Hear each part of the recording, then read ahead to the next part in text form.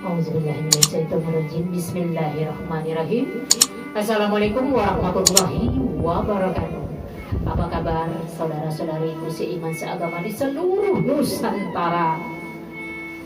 Alhamdulillah, dengan izin Allah kita kembali Allah pertemukan dalam keadaan sehat walafiat, masih bisa bernafas secara gratis hari ini. Maka nikmat Allah mana lagi yang mesti kita dustakan? Teruslah bersyukur atas segala nikmat Allah. Insya Allah Allah akan tambah nikmatnya.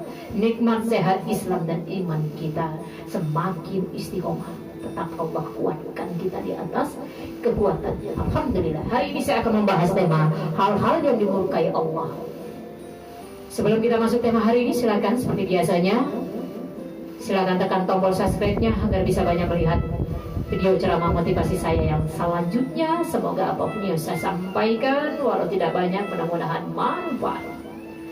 Hal yang dimurkai Allah yang pertama, orang yang menyembelih untuk selain Allah. Saya yakin dan percaya kita semua mungkin sudah pada tahu ilmunya. Setiap kita menyembelih hewan yang akan kita makan seperti ayam, kambing, sapi, itu harus menyebut nama Allah. Jangan pernah memakan sesuatu tidak ada niat karena Allah. Niatkan karena Allah. Ucapkan banyak puji syukur kita kepada Allah. Jangan lupa mengucapkan Bismillahirrahmanirrahim, menyebut nama Allah yang Maha Pengasih Maha Penyayang. Teruslah, jangan sampai lupa. Terus kita lakukan kebaikan-kebaikan dan teruslah saling mengingatkan. Dan hal yang dimurkai Allah yang kedua adalah orang yang melindungi pelaku maksiat dan pelaku bidah. Hati-hati, jangan pernah coba-coba melindungi orang yang melakukan maksiat, melakukan perzinahan. Hati-hati, karena kalau kita sudah melihat, tidak ada yang kebetulan. Apapun yang kita lihat, selagi dalam kebenaran harus disampaikan walau mungkin pahit. Konsekuensinya tetap berusaha mengatakan kebenaran. Kalau kita melihat suatu hubungan yang kurang baik, hubungan maksiat, perzinahan, hati-hati, ingatkan. Justru kalau kita memilih diam, Allah sangat murka. Hanya berusaha kita mengingatkan selalu dalam kebaikan. Sampaikanlah kebaikan walau mungkin pahit.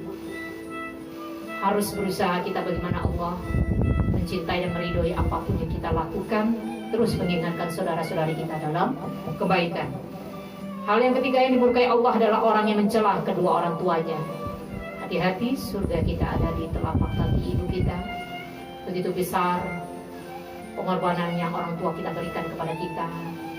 Jadi berhati-hatilah, jangan sampai kita mencela kedua orang tua kita walaupun dalam keterbatasan. Jangan pernah kita menyesali dari mana kita terlahir, dari rahim ibu siapa kita terlahir. Harus bisa mensyukuri. Jangan pernah mencela kedua orang tua kita, terutama ibu kita. Jadi mudah-mudahan kita selalu mengingat akan jasa kedua orang tua kita. Insya Allah teruslah saling mendoakan walau kita berjauhan. Doa akan sampai, tidak melihat berapa jauh kita saat ini. Allah tahu apa yang kita pikirkan, Allah tahu apa yang kita rasakan. Teruslah berdoa, meminta kepada Allah semoga Allah menjaga, melindungi kedua ibu bapak kita, insya Allah. Dan yang keempat, orang yang dimurkai Allah adalah orang yang berubah batas tamak. Orang yang menjadi tamak karena perubahan, mendadak menjadi kaya, tidak menyangka hidup akan berlimpah harta. Akhirnya kita menghalalkan segala cara untuk meraih apapun yang kita inginkan. Hati-hati, jangan pernah tamak dengan kehidupan ini. Kita harus yakin apapun yang kita miliki saat ini akan dihisab di hadapan Allah, akan dipertanggungjawabkan walaupun hanya sebesar biji zarah. Jadi berhati-hatilah dalam kehidupan ini. Allah Maha melihat apa yang kita kerjakan. Allah tidak pernah tidur. Allah selalu mengurus hambanya 24 jam terus menerus tanpa kenal dengan lelah.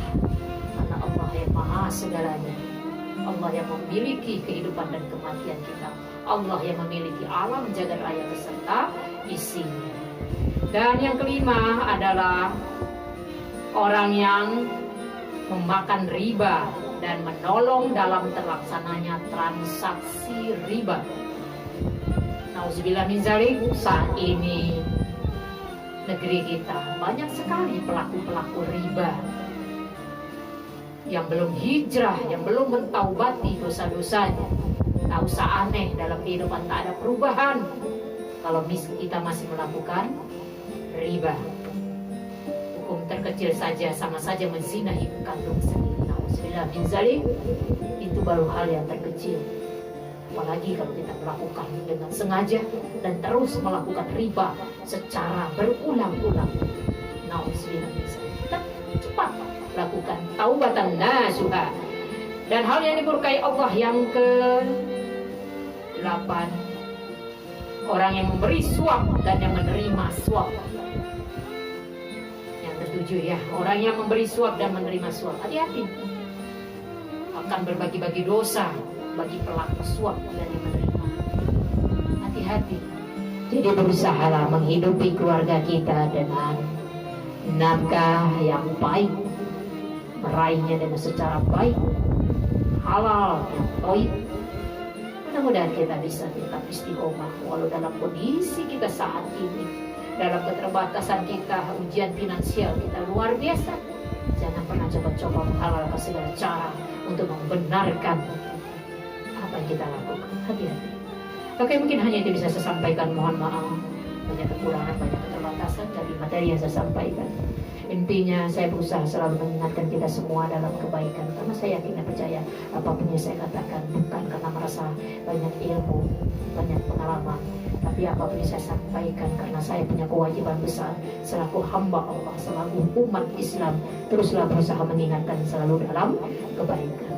Mohon maaf kalau banyak lisan sikap yang kurang berkenan. Dan kita percaya segala kebenaran, kebaikan pasti datang dari Allah.